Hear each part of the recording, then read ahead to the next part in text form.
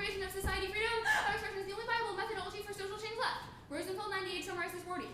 The difference between Rorty's postmodern liberal idealism million counterparts and Rorty's insistence on privileging language and narrative change is the result of persuasion rather than forced reform rather than revolution. The best hope for liberal society is it will foster useful disturbance and unharmed freedom of expression rights among its paramount objectives. The paramount is the freedom of expression in largest horizons for redescription pragmatist while also support to freedom of expression. Go to the interview.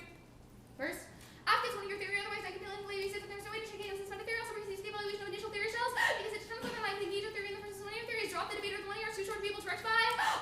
Abuse not equally cover substance, you must be punished. This also applies to case if I cannot engage in your criticism. We do not know if it is true to my method of education to help students become critical of existing structures and what they are taught. Rorty 99. The function of American colleges is to help students see the national narrative around which socialization is centered is open and to students to take themselves into people who can stand on their own path. That's involvement by helping students realize that despite the progress the president has made, the good has become the enemy of the better. Students will notice everything that is unfree in their surroundings. These best alter conventional wisdom. College students need to find themselves in a place in which people are not ordered to a purpose. So I did not read the Elling card in the interview, and then I did not read the Fisher 77 summarizes Dewey and Dewey D. So it was like the last two books in the connection. But I read it. So not the last part of the interview, and then what was It was after the Rosenfeld 98 Oh, summarizes Rorty. I read that part, but I didn't read that. so not So not Dewey 4, not Dewey D, and then scroll up. Yeah, not.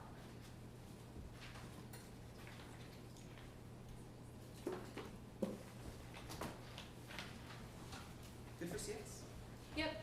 Let's talk about what pragmatism is. Is it like a seek for the truth? Sort of, but like it's distinct from that. It's not just like we sacrifice anything in order to approach truth in a consequentialist way, but more so that like it's a more of a meta-ethical claim about like the way that we should think about ethics is in response to like caring about satisfying doubt.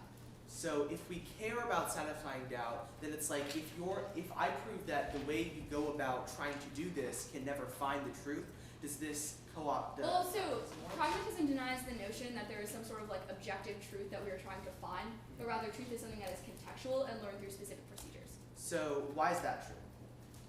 So that's first the C.S. Pierce card about how thought is excited by doubt, and that our notion of what like truth even means in the first place is just the satisfaction of doubt. So it's not like we have some sort of that's the first Pierce card. Right. This seems to be like a psychological claim without a warrant that is empirical. No. Why not? So the argument is that it's just a question of like what it means for us to think of truth in the first place. So it's not a psychological claim about like when individuals have certain things going on in their mind, they think that something's true, but like what logically makes sense in terms of our procedures. But you just said that what logically makes sense is that because people have doubts about things and they want to seek psychologically the truth.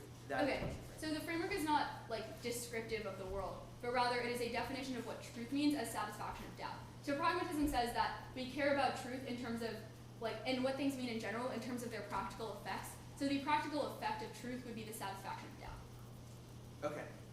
So why is democracy the best way to satisfy doubt? So the argument is not that it's the best way to like satisfy doubt, but that it's the only procedural mechanism that makes sense given the constraints of pragmatic inquiry. If your framework is trying to solve for Okay, doubt, so you're misunderstanding. The argument is like no. So the argument is not about like there are arguments about how like democracy is the only way that we can include individual perspectives and have some sort of legitimate method of inquiry, but like you're misunderstanding the claim about how it's not like there's some sort of objective truth that exists independently that the pragmatists are trying to get to. So why is democracy like the best procedure under this? So there are a couple of arguments.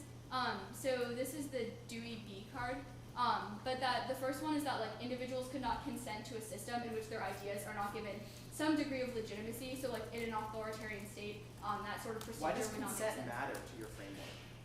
Because it is a question of like the respect that individuals have different ideas and have different beliefs of truth, and that there's something for them to contribute. Wait, why is that relevant if it's just trying to seek for seeking like resolution of doubt? Okay, so like you're misunderstanding the relevance of like resolution of doubt. It's not like the framework is like a consequentialist standard of like minimizing doubt. It's that there are certain appropriate responses to the fact that we have doubt, which are through like procedures of inquiry. And then my argument is that like democracy